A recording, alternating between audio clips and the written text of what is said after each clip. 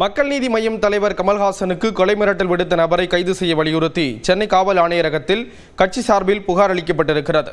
சென்னையில் அண்மையில் நடைபெற்ற நடிகர் சூர்யாவின் நகரம் தொண்டு நிறுவன ஆண்டு விழாவில் கலந்து கொண்ட நாடாளுமன்ற உறுப்பினர் கமல்ஹாசன் சனாதனம் குறித்து பேசியிருந்தார். இந்நிலையில் இதற்கு கண்டனம் தெரிவிக்கும் வகையில் சின்னத்திரை நடிகர் ரவிச்சந்திரன் யூடியூப் சேனலுக்கு அளித்த பேட்டியில் கமல்ஹாசனின் கழுத்தை அறுத்து விடுவேன் என கூறி மிரட்டல் விடுத்தார். இந்நிலையில் கமல்ஹாசனுக்கு கொலை மிரட்டல் விடுத்த துணை நடிகர் ரவிச்சந்திரன் மீது நடவடிக்கை எடுக்க வலியுறுத்தி மக்கள் நீதி மய்யம் கட்சி சார்பில் சென்னை காவல் ஆணையர் அலுவலகத்தில் புகார் அளிக்கப்பட்டது. புகார் அளித்த பின் செய்தியாளர்களிடையே பேசிய மக்கள் நீதி மைய இளைஞரணி செயலாளர் கவிஞர் சிநேகன், கமல்ஹாசனுக்கு கொலை மிரட்டல் விடுத்த துணை நடிகர் ரவிச்சந்திரன் மீது உடனடி நடவடிக்கை எடுக்க வேண்டும் என்றார்.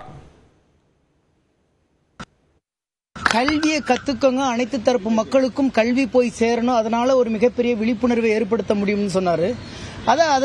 அந்த மொழியிலேயே அவங்க வெளிப்படுத்தியிருந்தா இது ஒரு பெரிய விவாதமா வந்திருக்க போதில்லை.